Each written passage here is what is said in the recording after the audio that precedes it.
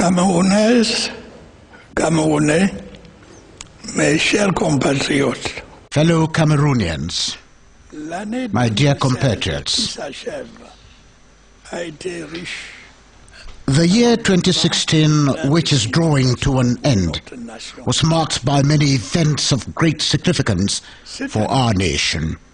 This year, we got off to a good start. Donors, including the International Monetary Fund, hailed the resilience of our economy despite an unfavorable context.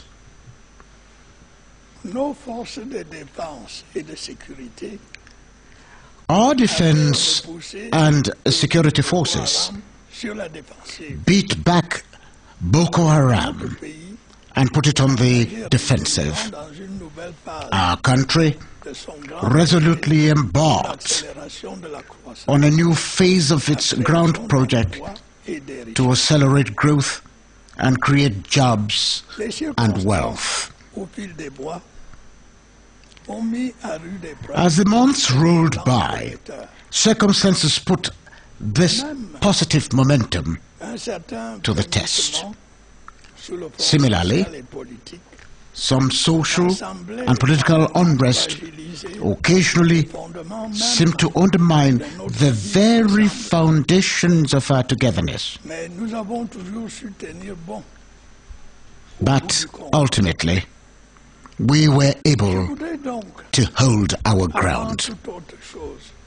Therefore, I would like first and foremost to solemnly state tonight that more than ever before, Cameroon is standing on its feet, a country that is one and indivisible, proud of its cultural diversity and jealous of its freedom, a country that is replete with talented and enterprising people, a country that is endowed with abundant resources, a country that is looking to the future with confidence and determination, resolved to meet the challenges of ensuring social progress and prosperity for all. As the year 2016 draws to a close, I must recall the unprecedented bereavement our country suffered during the Ezeka railway disaster. It was a time of profound grief for the entire nation. Our people demonstrated solidarity during that tragedy. The probe I have ordered will reveal the truth. I will draw the conclusions thereon as promised. My dear compatriots, I would now like to dwell on the events that have unfolded recently in the northwest and southwest regions. Physically and emotionally, we are deeply concerned about these events. Due to the acts of a group of manipulated and exploited extremist rioters, Cameroonians have lost their lives. Public and private buildings have been destroyed. The most sacred symbols of our nation have been desecrated. Economic activities have been paralyzed momentarily. You would agree with me that all of this is unacceptable. Our country does enjoy political and trade union freedoms, which are guaranteed and governed by our laws and regulations. Against this backdrop, every citizen can rightfully opine on any aspect of national life, including through duly declared peaceful strike action. This is a fundamental civil right as desired by the Cameroonian people, given that it is enshrined in the Constitution. This right is inalienable in the model of democracy which I proposed to the Cameroonian people and which, together, we have been building daily, patiently and resolutely. It is unbecoming of some people to use this context of freedom to commit acts of violence and try to undermine our country's unity. Under such circumstances, it is the state's bounden duty to restore order in the name of the law and in the interest of all. To act otherwise is to jeopardize our democracy and allow anarchy to prevail over the rule of law. I strongly condemn all acts of violence, regardless of their sources and their perpetrators. We will fully draw conclusions from the various inquiries being conducted on the matter. Let me make this very clear. It is not forbidden to voice any concerns in the Republic. However, nothing great can be achieved by using verbal excesses, street violence, and defying authority. Lasting solutions to problems can be found only through peaceful dialogue. All the voices that spoke have been heard. They have, in many cases, raised substantive issues that cannot be overlooked. I have enjoined the government to engage in frank dialogue with the various parties concerned to find appropriate solutions to the issues raised. I urged them to participate without any bias in the various discussions. However, we should never forget that we are walking in the footsteps of our country's founding fathers, our national heroes who shed their blood to bequeath to posterity a nation that is united in its diversity. Cameroon's unity is therefore a precious legacy with which no one should take liberties. Any claim to, no matter how relevant, loses or loses its legitimacy once it jeopardizes even slightly the building of national unity. All Cameroonians, without exception, have embarked on building a united, inclusive and bilingual nation. This is a unique experience in Africa. Like any human endeavor, our experience is not perfect. There are aspects that can be improved. We should therefore listen to each other. We should remain open to constructive ideas, to the exclusion, however, of those that would affect the form of our state. Besides the bodies that are instructed the government to set up and which are already at work, we are ready to go an extra mile.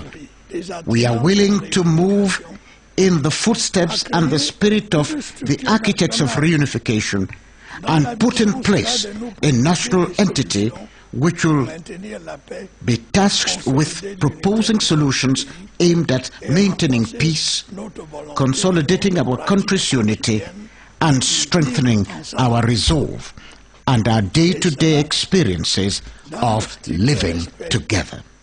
And this should be done in strict compliance with our Constitution and our institutions. Do I need to repeat this? Cameroon is one and indivisible. It shall so remain.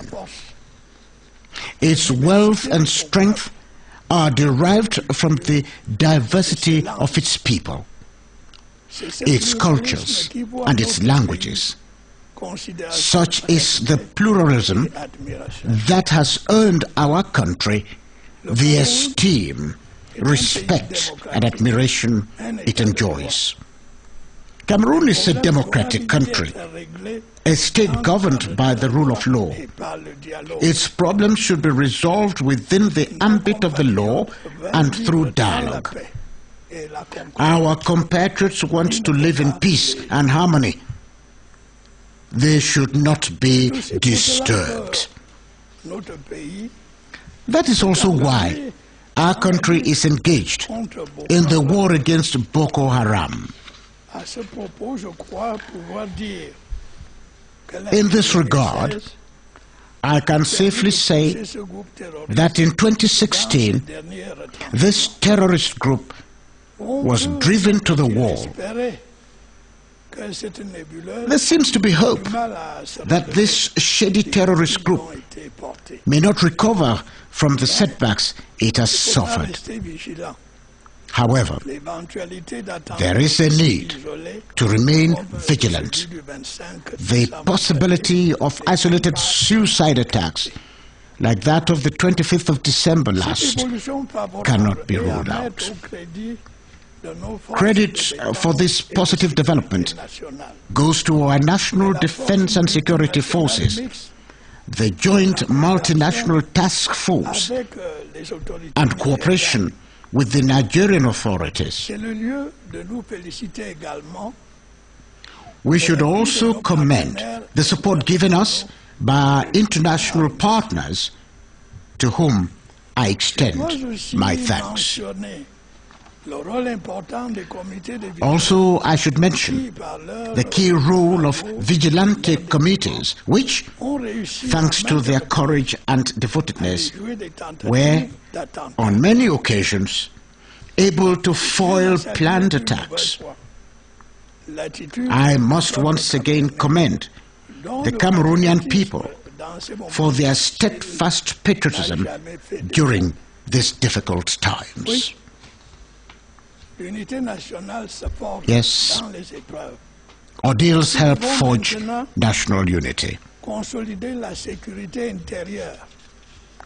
We must now ramp up internal security, reconstruct, organize the return of displaced persons, and revive the local economy. In short, bring back life and tranquility to the affected areas. To that end, the state will do its utmost while counting on the dynamism of the people and support from development partners. Despite the burdens of security spending, the government has not relented in its effort to promote our economic growth. Many of our major first-generation projects, such as the Kribi Port, the Lompanga Dam, and the Memvele and Mekin power plants, are virtually operational or about to be commissioned. To bridge the energy gap and end load shedding, other major prospects such as the Bini, Warak, Menchum, Songdong and natural power plants will supplement this program. Our power transmission and management problems will be resolved with the establishment of the National Electricity Transmission Corporation. The development of our road network is also progressing. An extensive road construction and rehabilitation program is ongoing nationwide. I will mention only the most notable of them, such as the Yaoundé-Douala and Nsimaleng-Yaoundé motorways, where work is going on normally, but also the east or west entryways to Douala and the second bridge over the Vuri. In the longer term, there are plans to create an inter-regional road and rail network to ease access to our mineral deposits and stimulate trade with neighboring countries. Cameroon lies at the crossroads of two major economic blocs, namely West and Central Africa. Why, therefore, should it not seek to become the hub it is geographically predisposed to be? The main objective of boosting our energy capacity and extending our road network is to create the best conditions for our country's industrialization. This is our major challenge for the coming decades. It will also confirm the positive employment trends observed in recent years. For instance, as at October 2016, 320,000 new jobs were recorded, representing an increase of nearly 20% compared with previous financial year. Given the overall gloomy economic situation, this performance is commendable. However, we should do better. To that end, we must improve the management of all the economies of our sub-region. That is why I deemed it necessary to convene a meeting of all CEMAC heads of state in Yaoundé recently. This meeting enabled us to take measures to revive growth in our zone, while accelerating the integration of our economies and the free movement of goods and people. Cameroon will fulfill its duty to that end. In keeping with our ambition of achieving emergence by 2035, we are relentlessly working to increase our agricultural production, ensure the industrial processing of our raw materials, and expand the digital economy. The 2017 state budget truly reflects this resolve to increase momentum on these highly strategic sectors. My dear compatriots, there are many ongoing projects designed to promote social progress and prosperity in our country. Our assets are known to all. However, we are still having difficulty unlocking our potential.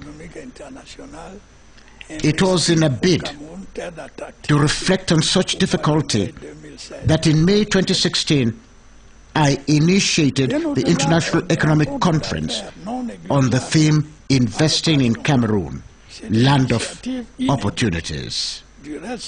Besides important business meetings held during the conference, this unique initiative, which was hailed by our development partners, enabled us to share extremely valuable experiences on the path to economic emergence. In this interconnected world, we sought, in all simplicity, to get others' view on our capacity to access the global economy.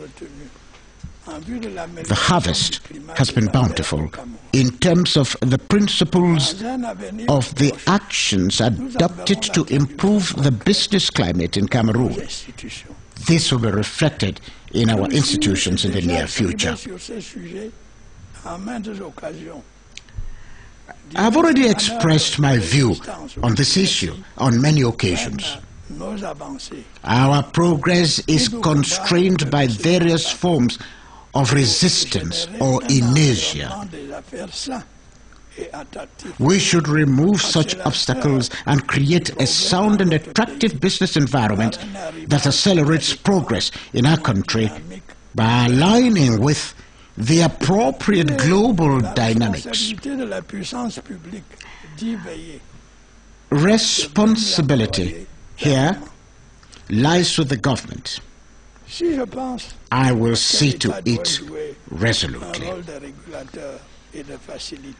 Though I believe that the state should play the role of regulator and facilitator, and even investor in some specific domains, I also believe that the private sector should invest wherever there are opportunities.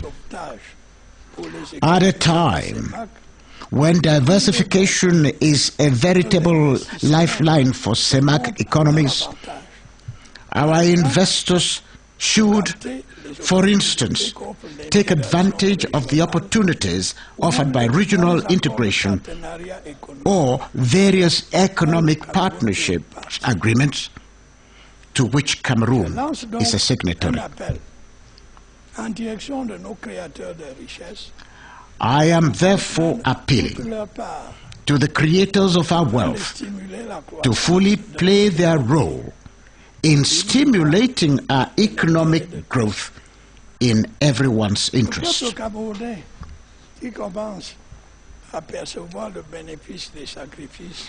Cameroonian people who are beginning to reap the benefits of the sacrifices made over the years do not wish to return to austerity.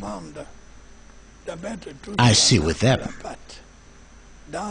This requires us all to put our hands on deck in perfect patriotic fervor, like our heroic, indomitable lionesses.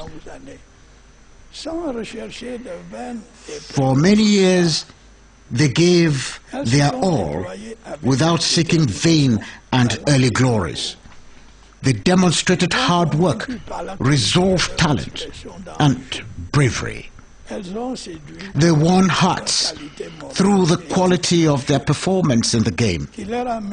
They appealed through their moral quality and the ethics of the game, which earned them the Fair Play Trophy. They reflected Cameroon's great diversity as they defended the national colours. And though they did not win the coveted trophy of the 2016 Women AFCON, they brought joy and pride to an entire nation. Such an excellent demonstration of patriotic fervor is an appeal to everyone, each in his or her specific sphere, to defend Cameroon's future everywhere in an exemplary manner. My dear compatriots, before concluding, I would like to invite you to spare a thought for our soldiers and civilians who fell while defending our fatherland in 2016, as well as the victims of the recent Ezeka railway disaster. I would now like to express the wish for our nation that the year 2017 would abound with the fruits of peace and harmony, progress and economic prosperity for everyone. Happy and prosperous New Year 2017. Long live Cameroon. Vive le Cameroun.